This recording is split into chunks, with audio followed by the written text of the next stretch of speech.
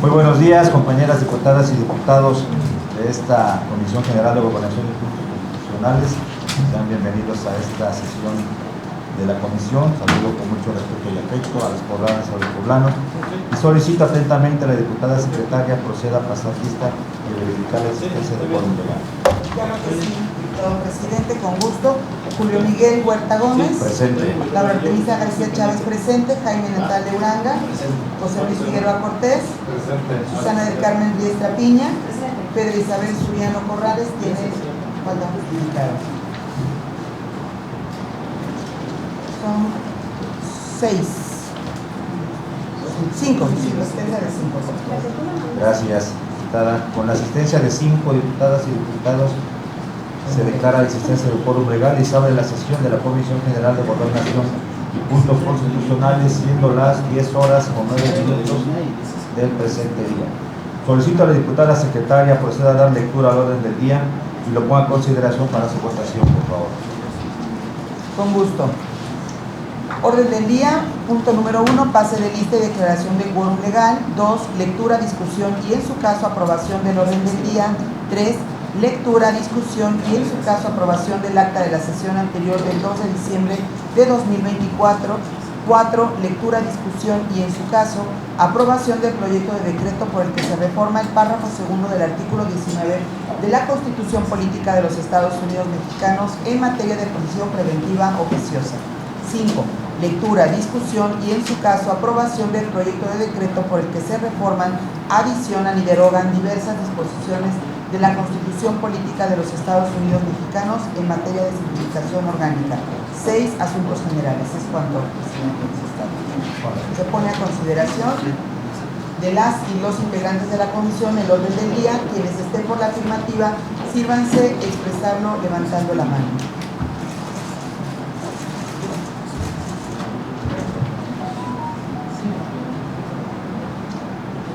Aprobado el orden del día. Muchas gracias, diputada secretaria. Aprueba el orden del día por unanimidad. En el punto 3, relativo a la lectura del acta de la sesión anterior del 2 de diciembre del presente año y en su caso aprobación, pido a la diputada secretaria ponga a consideración la dispensa de lectura y su contenido para su aprobación, por favor. Presidente, se pone a consideración de las y los diputados la dispensa de la lectura del acta de la sesión anterior, misma que fue enviada a sus correos institucionales. Quienes estén a favor, sírvanse manifestarlo levantando la mano. Aprobada la dispensa de lectura. Está a su consideración el contenido del acta antes referida. ¿Algún diputado o diputada desea hacer uso de la palabra? No habiendo quien haga uso de la palabra, quienes estén por la afirmativa, sírvanse señalarlo levantando la mano. Le informo, presidente, que es aprobada por unanimidad. Muchas gracias, diputada secretaria. Queda aprobado el contenido del acta. En el punto 4 del orden del día, relativo a la lectura, discusión y en su caso aprobación del proyecto de decreto por el que se reforma el párrafo segundo del artículo 19 de la Constitución Política de los Estados Unidos Mexicanos en materia de prisión preventiva oficiosa, solicito a la Dirección Jurídica de cuenta del proyecto de decreto antes mencionado, por favor. Claro que sí, diputado presidente, diputadas, diputados, buenos días. Referirles que dentro de la presente reforma destacan 2 puntos en concreto, 2 puntos relevantes. Les presentamos en esta diapositiva el objeto general, que es justamente ampliar el catálogo de delitos que ameritan prisión preventiva oficiosa, tal y como ya lo establece la Constitución General. Y la segunda parte, hablando de manera genérica, es establecer la interpretación procedente para la aplicación de estos delitos justamente. De manera específica, comentarles, diputadas y diputados, que se incorpora dentro de los delitos que ameritan prisión preventiva oficiosa. En primer punto, la extorsión, no estaba, lo que se agrega con esta reforma. Delitos previstos en las leyes aplicables cometidos por la ilegal introducción y desvío, producción, preparación, enajenación, adquisición, importación, exportación, transportación, almacenamiento y distribución de precursores químicos y sustancias químicas esenciales, drogas sintéticas, fentanilo y derivados. El otro tipo penal que se incorpora dentro de los que se incorporan al catálogo, valga la redundancia, de prisión preventiva es el contrabando y finalmente cualquier actividad relacionada con falsos comprobantes fiscales. De igual forma, comentarles, diputadas, diputados, que se precisa dentro del propio párrafo segundo del artículo 19 que para la interpretación y aplicación de los delitos que ameriten prisión preventiva oficiosa se atenderá a su literalidad, por lo que se prohíbe cualquier interpretación análoga o extensiva que pretenda inaplicar, suspender, modificar y hacer nugatorios sus términos o su vigencia. En otras palabras, se va al momento de que el juzgador dicte esta prisión preventiva, debe de hacerlo de acuerdo al concepto y a la literalidad del tipo penal de que se trate. Referirles que dentro de la parte transitoria, en el artículo primero, como ocurre en todos los decretos, entrará en vigor al día siguiente de su publicación. Segundo, el Congreso de la Unión contará con 180 días naturales para adecuar la legislación secundaria correspondiente. Y tercero, los estados contarán con 365 días naturales, contados a partir de entrada en vigor del presente decreto, para armonizar su marco jurídico. Con respecto al proceso legislativo federal, comentarles que la presentación de la iniciativa en discusión se dio el 5 de febrero del año en curso. El 13 de noviembre es aprobada en la Cámara de Diputados, Cámara de Origen. El 27 de noviembre, se hace lo propio en la Cámara de Senadores, y en esa misma fecha se remite a las entidades federativas. En el caso de Puebla se nos notifica el 28 de noviembre. El dato referido que está aprobado la fecha por 22 legislaturas. Y finalmente, en cuanto a la votación dentro del proceso legislativo federal, en la Cámara Baja se aprobó por 335 votos a favor, 108 votos en contra, y en la Cámara Alta 93 votos a favor y 35 votos en contra. Sería la cuenta, diputadas y diputados. Muchas gracias, director jurídico. Pregunto a mis compañeras y compañeros, alguna diputada o diputado, ese es el uso de la palabra. Si me permiten, yo sí me quiero expresar en este sentido, porque afortunadamente, gracias a la visión del presidente Andrés Manuel López Obrador, se amplía el catálogo de delitos que se aplicará la prisión preventiva oficiosa, ¿verdad? Ya que hemos tenido experiencias no solamente en el orden federal, sino en el orden local, que el Poder Judicial, los jueces, personas en concreto han excedido esta potestad y esta facultad que les otorga la ley, e incluso en una clara y flagrante violación a la norma y a la ley, han modificado las medidas cautelares. Una de ellas es, por supuesto, la prisión preventiva oficiosa para los delitos más graves, y yo creo que con esta reforma que aprobaremos y que les invito muy encarecidamente a aprobar, haremos la parte que nos corresponde como Poder Legislativo local, y que de una manera se controle la discrecionalidad en la que se exceden muchos y muchos juzgados. Yo estoy a favor, y ojalá también todos ustedes lo estén. ¿Alguien más desea hacer uso de la palabra? No habiendo intervenciones, pongo a su consideración para su aprobación el proyecto de decreto antes expuesto, y pido atentamente a la diputada secretaria recabe la votación nominal, si es tan amable. Con gusto, presidente. Julio Miguel Huerta Gómez. A favor. Laura Artemisa García Chávez. A favor. Jaime Natalia Uranga. A favor. José Luis Figueroa Cortés. A favor. Susana del Carmen Riestra Piña. En contra. Pedro Isabel Suriano, no falta justificada. De diputado presidente, le informo que son 4 votos a favor y 1 en contra. Muchas gracias, diputada. Aprobada por mayoría.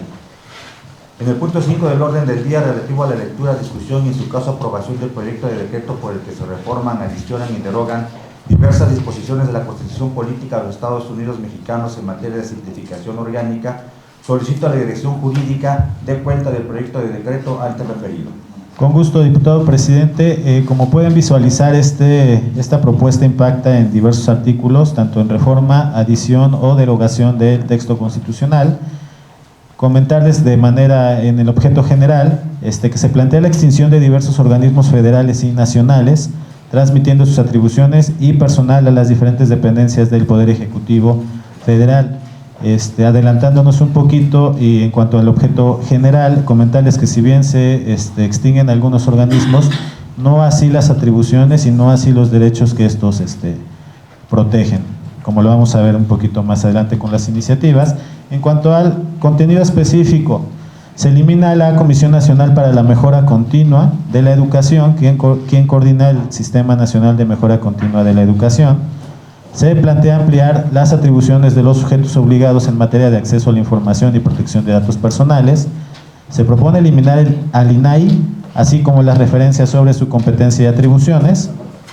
Se atribuye al INEGI la medición de la pobreza y la evaluación de los programas, objetivos, metas y acciones de la política de desarrollo social, así como la emisión de recomendaciones en la materia. En consecuencia, dado que absorbe estas atribuciones que actualmente lleva a cabo el Coneval, desaparece el Consejo Nacional de Evaluación de la Política de Desarrollo Social, desaparece el Instituto Federal de Telecomunicaciones, elimina la Comisión Nacional de Hidrocarburos y la Comisión Reguladora de Energía.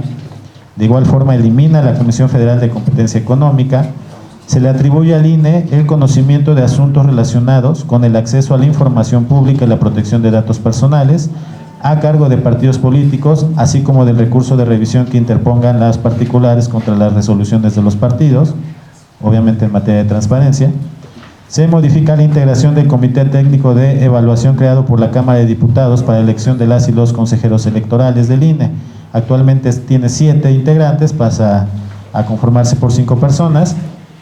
Atribuye al Centro de Conciliación Laboral Federal el conocimiento de los asuntos relacionados con el acceso a la información pública de los sindicatos y del recurso de revisión interpuesto contra sus resoluciones.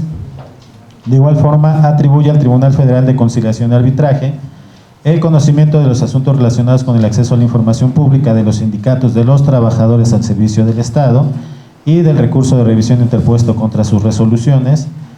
Establece la obligación genérica de los entes públicos de ajustar sus estructuras orgánicas y ocupacionales de conformidad con los principios de racionalidad y austeridad republicana, y son justamente estos dos los principios que motivan la desaparición de todos estos entes, eliminando duplicidades funcionales u organizacionales, atendiendo las necesidades de mejora y modernización de la función pública. Por cuanto hace al régimen transitorio, comentarles, diputadas y diputados, en cuanto al primero, el decreto entrará en vigor al día siguiente de su publicación. Segundo, el Congreso de la Unión contará con 90 días naturales para adecuar la legislación secundaria correspondiente.